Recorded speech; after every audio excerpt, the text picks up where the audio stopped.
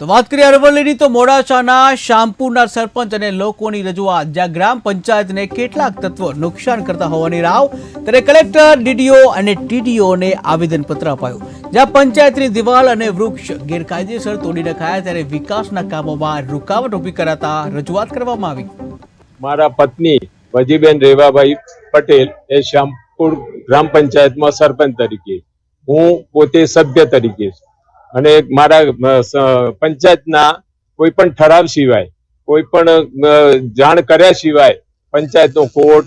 પાણીની ટાંકી, લીમડાનો ઝાડ, ફૂલ છોડ આ બધું શ્યામપુરના વતની અને જે અમારા હિત વિરોધી છે તે લાલસિંહ તાલુકા સદસ્ય હિનાબેન લાલસિંહના પતિ લાલસિંહ વિનુસિંહ ચૌહાણ,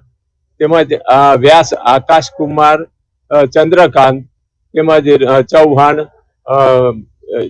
ઈશ્વરસિંહ રૂપસિંહ આ અમારા પંચાયતના હિત વિરોધી છે। જે પંચાયતમાં લાલસિંહ તથા